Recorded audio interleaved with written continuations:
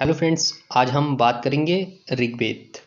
यानी आज हम डिटेल में बात करेंगे ऋग्वेद क्या है, किसने इसको लिखा और कुछ महत्वपूर्ण विद्वान हैं, उन्होंने इसकी रचना की तिथियों पे अलग अलग मत दिए हुए हैं, उसके बारे में बात करेंगे। और इससे पहले हम थोड़ा जो इससे पिछले वाली वीडियो हमने बनाई थी उसमें हमने बात करी थी आर्यों की भारत में आगमन पर बात करी थी, आर्यों की जो शाखाएँ थी उन पर बात करी थी। इसके अलावा हमने देखा था कि जो पूर्वी शाखा थी वो भारत में आ गई थी और माना जाता है कि जो आर्य लोग थे उन्हीं के द्वारा ये ऋग्वेद की जो रचना है उन्हीं के द्वारा करी गई थी। कुछ महत्वपूर्ण जानकारियाँ हमको इस ऋग्वेद से मिलती है और ये जो हमें आर्यों की बात कर रहे हैं यहाँ पे हम उनकी जानकारी भी हमें किससे मिलती है, इसी ऋग्वेद से ही हमको उनकी आर्यों की जानकारी मिलती है। तो सबसे पहले हम थोड़ा बात कर लेते हैं जो विद्वानों ने इस पे अपने मत दिए हुए हैं कि जो ऋग्वेद है इसकी रचना की तिथियां बताई है उन्होंने। तो उन्हीं तिथियों को हम देखते हैं यहाँ पे। सबसे पहले हम बात करते हैं, इधर देख सकते हैं आप विद्वान हैं, इधर आप अनुमानित तिथि दी गई है।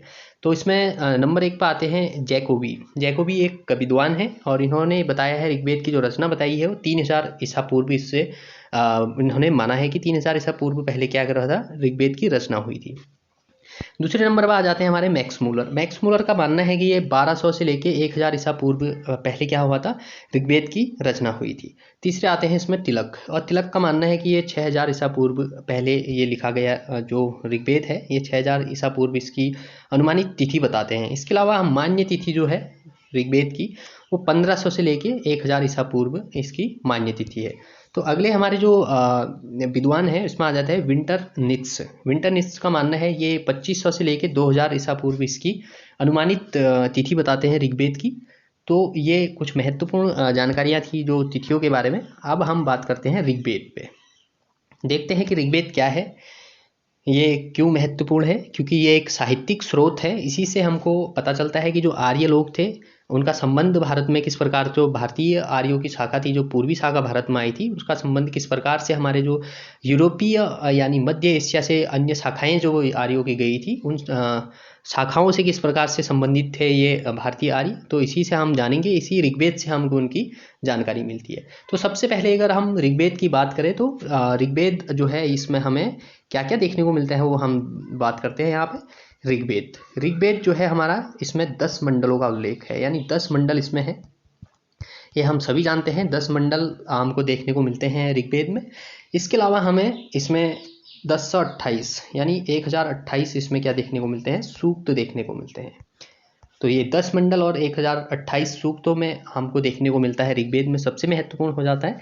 इसके अलावा दूसरे नंबर पर आ जाता है हमारा इसमें ये इसके कुछ पार्ट है, यानी जो ऋग्वेद है इसको 3 पार्टों में विभाजित किया गया है। नंबर 1 इसका जो पार्ट है उसका नाम है साकल।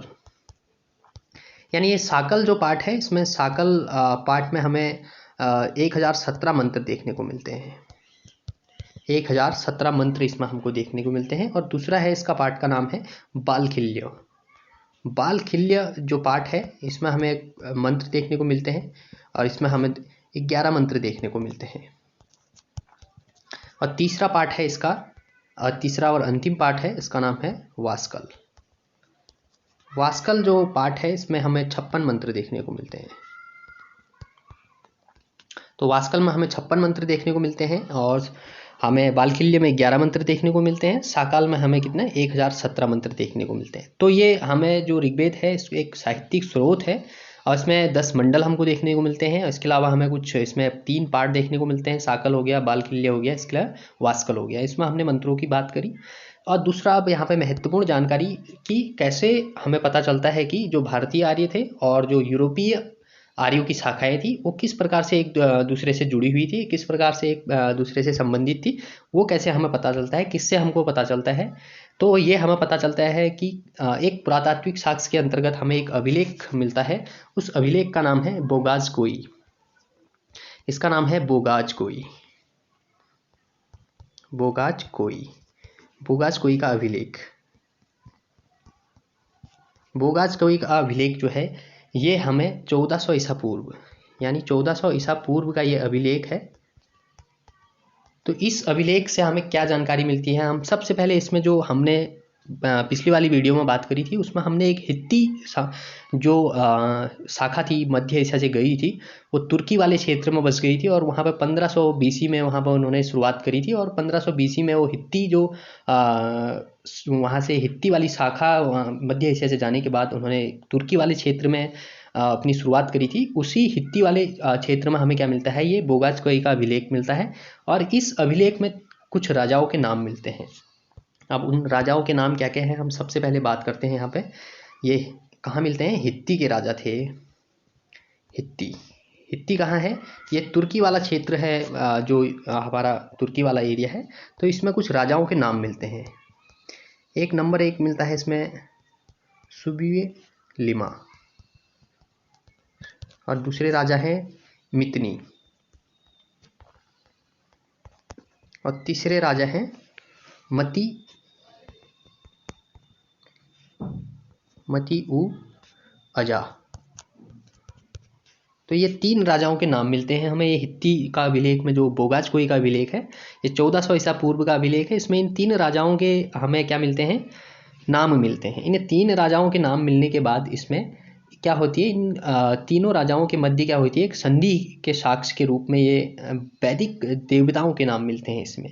यानी जो हमारे वैदिक देवता हैं, इन 3 राजाओं के बीच में संधि हुई थी और इन्हीं संधि में इन्हीं जो इसी बोगाज-कोई का अभिलेख है, इसमें हमें कुछ देवताओं के नाम मिलते हैं। अब वैदिक देवता जैसे कि हमारे इन देवताओं का नाम हमें हमारे ऋग्वेद में भी मिलता है और ये बोगाज-कोई अभिलेख में भी मिलता है। इसमें कौन कौन से देवता का नाम मिलता है, तो इसमें नंबर 1 है इंद्र का नाम मिलता है, और दूसरा मिलता है हमें वरुण, और तीसरा मिलता है हमें मित्र, और चौथा मिलता है इसमें नासत्य। तो ये 4 देवताओं के नाम मिलते हैं, 4 वैदिक देवताओं के नाम मिलते हैं इस बोगाज-कोई अभिलेख में। और ये 1400 ईसा पूर्व का अभिलेख है। ये हित्ती से मिलता है हमें, यानी तुर्की वाले क्षेत्र से मिलता है। और इन्हीं सेम देवताओं के नाम हमें ऋग्वेद में भी इन देवताओं का वर्णन मिलता है। इसमें जो ऋग्वेद में मिलते हैं उसमें हमें एक अग्नि का नाम मिलता है। इसके अलावा हमें इंद्र का नाम मिलता है, ये इंद्र का नाम भी मिलता है, मित्र का नाम मिलता है। इसके अलावा वरुण, एक देवता है, वरुण का नाम मिलता है। और ये जो नासत्य हैं, ये हमें कहाँ मिलता है, बोगाज-कोई में। तो ये चारों पांचों जो देवता हैं, इनका नाम हमें बोगाज-कोई अभिलेख में भी मिलता है। इसके अलावा हमें ऋग्वेद में भी मिलता है। तो इसी के आधार पर हम कहते हैं कि जो मध्य एशिया से एक शाखा, हमारी पूर्वी शाखा जो हमारे भारत में आई थी आर्यों की, इसके अलावा जो हित्ती चली गई थी, इसके अलावा अन्य शाखाएँ थी जो, तो हमें इससे पता चलता है कहीं ना कहीं ये लोग क्या थे, आपस में इनका संबंध था और एक ही जगह से ये लोग गए हुए थे, क्योंकि इनके जो देवताओं के नाम मिलते हैं वो सेम मिलते हैं हमें ऋग्वेद में भी और उस बोगाज-कोई अभिलेख में भी। अगला हम बात करेंगे इसमें एक अन्य अभिलेख की, उसका नाम है कसाइट अभिलेख। अब ये अभिलेख कहाँ से मिलता है, कैसे मिलता है, इस पर भी हम बात करते हैं। कसाइट अभिलेख, अब ये अभिलेख हमें जो मिलता है, ये अभिलेख हमें 1600 ईसा पूर्व का अभिलेख है। 1600 ईस्वी पूर्व का अभिलेख है। और ये अभिलेख हमें कहाँ से मिलता है, सीरिया, ये सीरिया से मिलता है हमें 1600 ईसा पूर्व का अभिलेख। और इस अभिलेख में हमें क्या मिलता है, इसमें हमें आर्य नामों का उल्लेख मिलता है। यानी आर्य नामों का क्या मिलता है, इस अभिलेख में उल्लेख मिलता है। तो ये जो कसाइट अभिलेख है, इसमें हमें क्या मिलता है, आर्य नामों का उल्लेख मिलता है। और ये 1600 ईसा पूर्व का अभिलेख है और ये कहाँ से मिलता है, सीरिया से मिलता है। और इसमें आर्य नामों का हमें उल्लेख देखने को मिलता है। तो इसी के आधार पर हम कहते हैं कि जो ये भारतीय आर्य और हमारी जो ये मध्य एशिया से अन्य शाखाएं इनकी गई थी, ये कहीं ना कहीं एक दूसरे से क्या थी, संबंधित थी। इसके अलावा इस कसाइट अभिलेख में एक और जानकारी मिलती है हमें, जो ईरानी आर्य थे, यानी जो ईरानी आर्य थे, ईरानी आर्यों की जो एक शाखा थी वो भारत आई। इसके हमें ईरानी आर्यों की जो एक शाखा थी वो कहाँ, भारत आई। तो इसकी जानकारी भी हमें कहाँ से मिलती है, इसी कसाइट अभिलेख से मिलती है।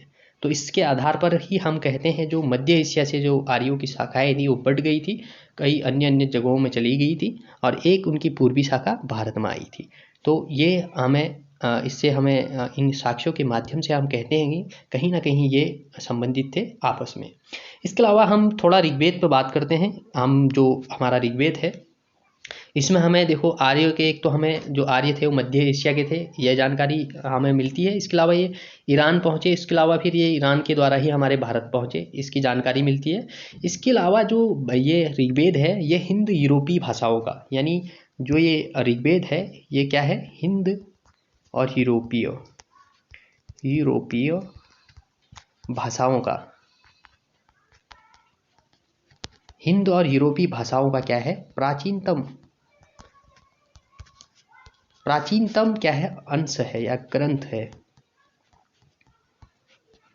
तो ये हिंद यूरोपीय भाषाओं का क्या है, प्राचीनतम क्या है, एक ग्रंथ है। और इस ग्रंथ में हमें क्या मिलता है, कुछ देवताओं के नाम मिलते हैं, जैसे कि इसमें हमें अग्नि,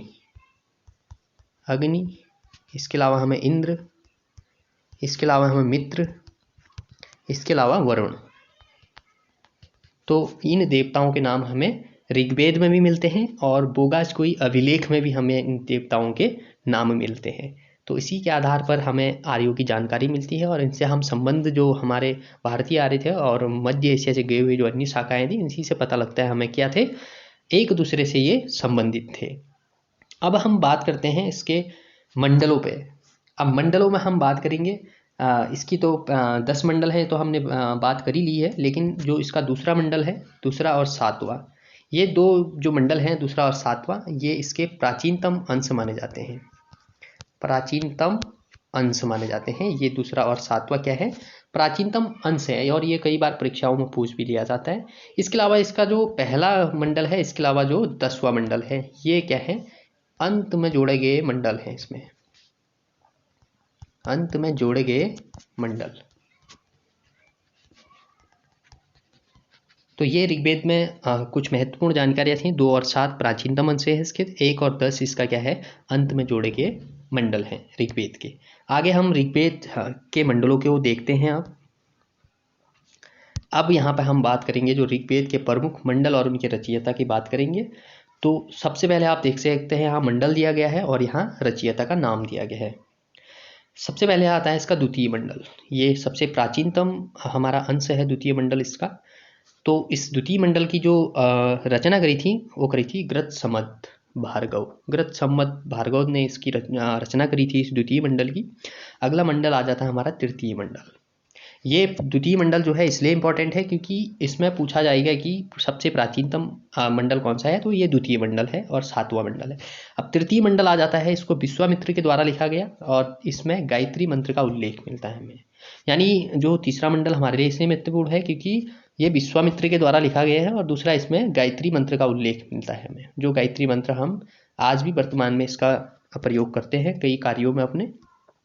आगे हम बात करेंगे इसका चौथा मंडल। अब चौथा मंडल जो है इसका, ये चौथा मंडल है, चौथा मंडल इसको वामदेव के द्वारा लिखा गया और इसमें कृषि संबंधित प्रक्रिया है के बारे में उल्लेख है, कृषि संबंधित प्रक्रिया के बारे में उल्लेख मिलता है।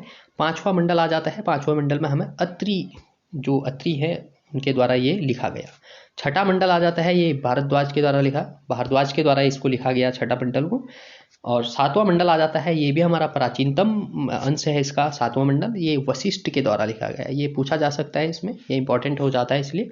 तो वशिष्ठ के द्वारा इसका 7वां मंडल लिखा गया और ये प्राचीनतम मंडलों में से एक मंडल है। अगला आ जाता है इसका 8वां मंडल। 8वां मंडल में क्या है, 8वां मंडल कण्व ऋषि व अंगिरिस जो ऋषि थे इनके द्वारा लिखा गया है 8वां मंडल। और अगला आ जाता है 9वां मंडल, और ये 9वां मंडल हमारा बेहद महत्वपूर्ण मंडल है। ये क्यों है, इस पर आगे हम बात करेंगे। ये 9वां मंडल के जो रचयिता है वो है पौमान अंगिरा के द्वारा ये 9वां मंडल लिखा गया और इसमें सोम का वर्णन भी मिलता है हमें। 9वें मंडल में हमें क्या मिलता है, सोम का वर्णन मिलता है और कई बार ये परीक्षाओं में पूछा भी जाता है। और 10वां मंडल आ जाता है ऋग्वेद का, और 10वां मंडल जो है ये इसके रचयिता है क्षुद्र सूक्तीय और महासूक्तीय। क्षुद्र सूक्तीय और महासूक्तीय जो ये 2 लोग हैं इनके द्वारा ये लिखा गया है। और 10वें मंडल में एक और महत्वपूर्ण बात हो जाती है, इसमें हमें मिलता है पुरुष सूक्त।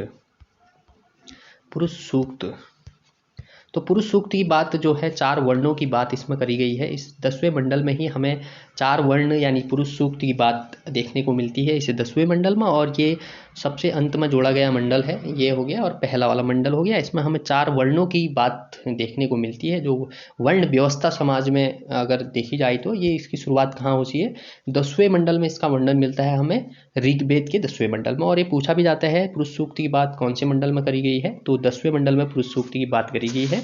ये हमें कहाँ से पता चलता है, ये 10वें मंडल से हमें पता चलता है। इसके अलावा हमारे जो ऋग्वेद है, इसके अलावा अन्य 3 और वेद हैं, उनके कुछ उपवेद हैं।